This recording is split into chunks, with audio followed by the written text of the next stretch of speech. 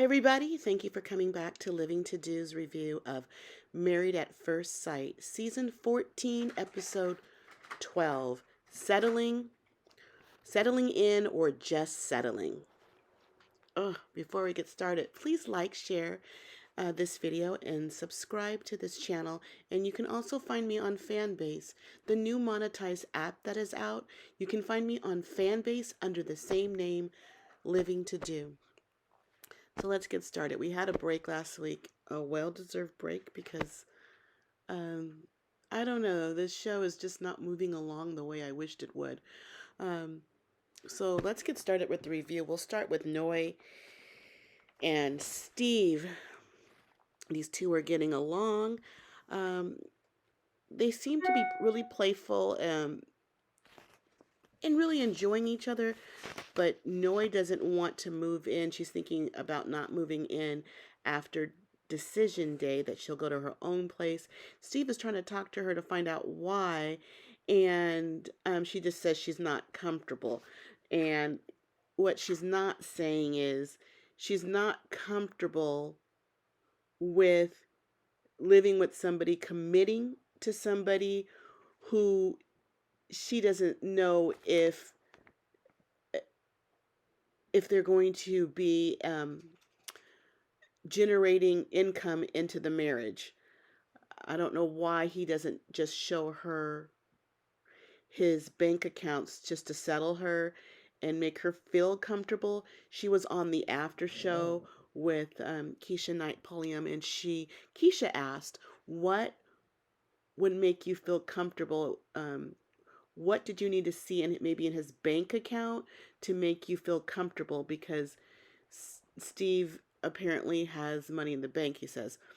And the answer that she gave was $40,000. No, that's not enough money. I thought she should have said something like $200,000. And that's not even a year's worth of salary, really. So that's not enough. Anyway, but I'm sure Steve has more than that in the bank. He mentioned that he has a nice savings. Of course, he didn't tell us the dollar amount. So, and he's not worried. He I think he says he contributes more to the household now. And knows she's working at home, but he is contributing, I guess, as far as the food and the cleaning, but even any money that is needed, he's not hurting for money. I guess he's not asking her for money either. That's something she should note. So they talk to friends or family to just let them know how things are going. And Noi's brother Sriracha made an appearance, and she mentioned that she's just not okay with the money, combining the money.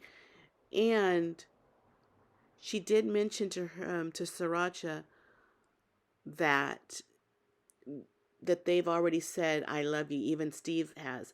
And Sriracha was like, after just 1 month? Okay. Because I think she thinks that it's too soon for them to be saying things like that. Sriracha has a good head on her shoulders, and I don't know all the extent of their conversation, but I think she's level-headed, so that's great. Hopefully things will work out with them. I don't think this is a real issue. This could be settled real quickly. Next, let's go into Lindsay and Mark. Lindsay and Mark, they show them going grocery shopping. They have a budget of $150, and she's all looking at the fruit, and he's no, remember the budget, But when she asked him, oh, how about some bacon? He's like, oh yeah. He just doesn't want to eat that, but he is not working. He's on leave because the show and the filming is getting in the way with work. So he's just taking a leave for now. they talk to their friends and family. Actually, I don't know if did Lindsay do, but Mark talked to his friend Erica. Erica seems like a solid person. After he told Erica about how he needs to adjust to Lindsay, adjust to her the way she speaks, her tone. She has a very tough exterior, and Erica says it sounds like you guys have really bad communication. Um, and that they need to work on not holding on to grudges and shutting down as soon as something it goes awry. And she's right. She's right. But Lindsay's not really a sensible person. So, though Lindsay does have cute ideas, she planned a shark family photo shoot dressing the cats like sharks. And Mark is known as Mark the Shark. And so that's a cute idea. But when the photographer comes, uh, Lindsay's already mad at Mark. She leaves. I think he thinks he's doing the photo shoot without her. She comes back and she wants him to say to her, I want you to be here. And she's, mulling around, moping around, trying to get something from him. And she's just not getting the attention, the emotion from him. And I think it's making her sad. What it is she can't control him. And she doesn't have the power, and so that's why you're sad. That gives you energy to rile him up, and he's just not for it. She I just don't think she receives him correctly. um, I don't see what he's doing that's so bad. um, it might be the littlest things. I don't know. I just don't see anything major coming from Mark that would upset Lindsay the way she's upset. They did end up taking the photos with the cats and the little shark costumes, and it was cute. And one thing I will say about Lindsay and Mark, I think they're real photogenic. Okay, let's get to Jasmina and Michael. Jasmina and Michael. Oh, Jasmina does not know how to drive.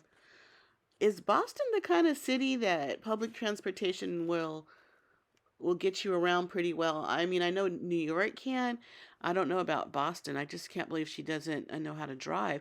So Michael is getting cards out and questions for her driver's permit. I'm thinking maybe we need to keep her off the road. Michael also goes out with Jasmina to a parking lot and teaches her how to drive. And he says she has a heavy foot. And when he told her to step on the gas, I mean, she slammed on the gas. And then she says something like, who told the gas to be that strong? You do when you slam on it. Oh, and he says she has a heavy foot. She needs more practice. She scares me. I don't know if I would trust Jasmina. So Michael talks to his sister about his relationship. He thinks that, they're on the same page now. They're friends. They play Scrabble in bed. They're having, one-on-one times. They're just playful and just comfortable. They're trying to get comfortable with one another. Jasmina talks to her mother, Kimberly, and she thinks they're improving their conversations. He's texting her more, and she likes that.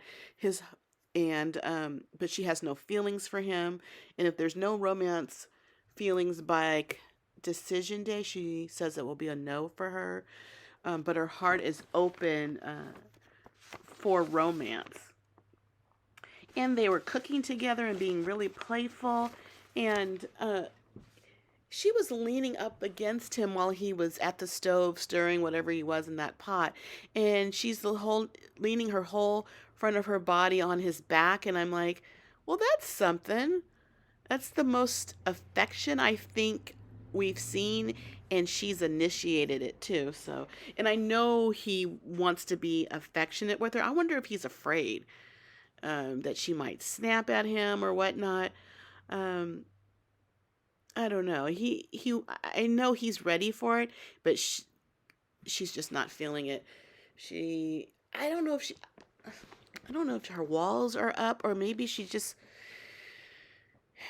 isn't feeling Michael, which is a shame. I like Michael now. I like how they interact with one another. They're a little goofy with one another, and they're really cute together. The energy I feel is changing.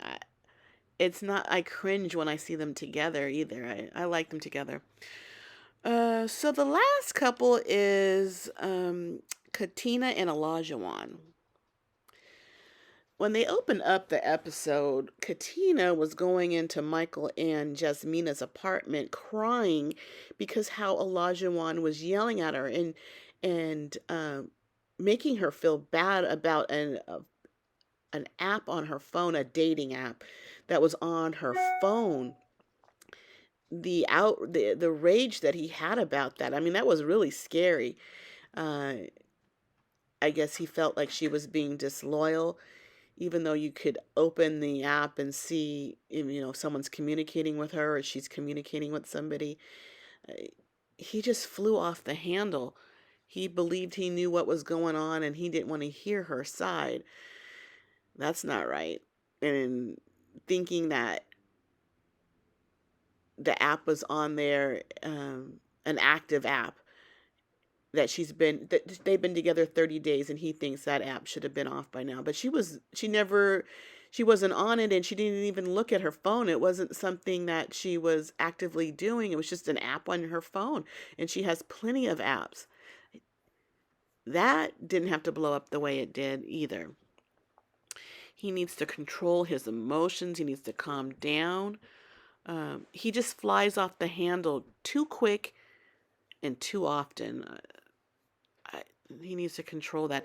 He talked to his Coach Mark, about his emotions, and you can tell that coach is, he's like, you're an amped up person, but you're a good person. And Olajuwon claims he's just a passionate speaker. Well, you need to change, or put all that passion on a piece of paper and then let someone else read it, because you don't need to be yelling and screaming. It's very threatening is what that is, especially over little things. Katina spoke to her sister-in-law, Anna, and Anna asked if they consummated the relationship. So far they didn't. Um, Katina said that, if she's not intimate with her husband by decision day, that might be a no. And he also needs to watch his temper. You're going to scare her away. But she makes excuses for him, saying, oh, he has a big heart. He's hardworking. But how does he treat you? And how does he consistently treat you? All this up and down. Do you want to have an up and down bipolar life with all that anger one minute and calmness and understanding the next? No, he needs to keep that same energy, and he needs to be consistent with a normal behavior. This whack stuff going up and down, people are not here for it. I mean, and she could, first of all, that's abusive if you stay in something like that. It's not right to treat somebody like that. You don't need to be yelling at her for just the smallest things. But then he says the smallest things mean so much to him. He's happy that he met her. He loves the marriage, he said. He loves the little things, but it's the little things that set him off. So he needs to be real mindful of that. I think that's basically it for this episode. Next week they'll have some of the experts and visiting with them, and I hope that makes a difference. There's going to be, looks like, a good scene between Olajuwon and Dr. Pepper. I can't wait for that. But that's it for now. I'll be back next week with another review of Living to Do. I'm sorry, not Living to Do. Another review of Married at First Sight. I got to get going. I'm a little tired. And I got to get some rest. I'll see you next week. Thank you for stopping by Living to Do, and have a great evening. Bye.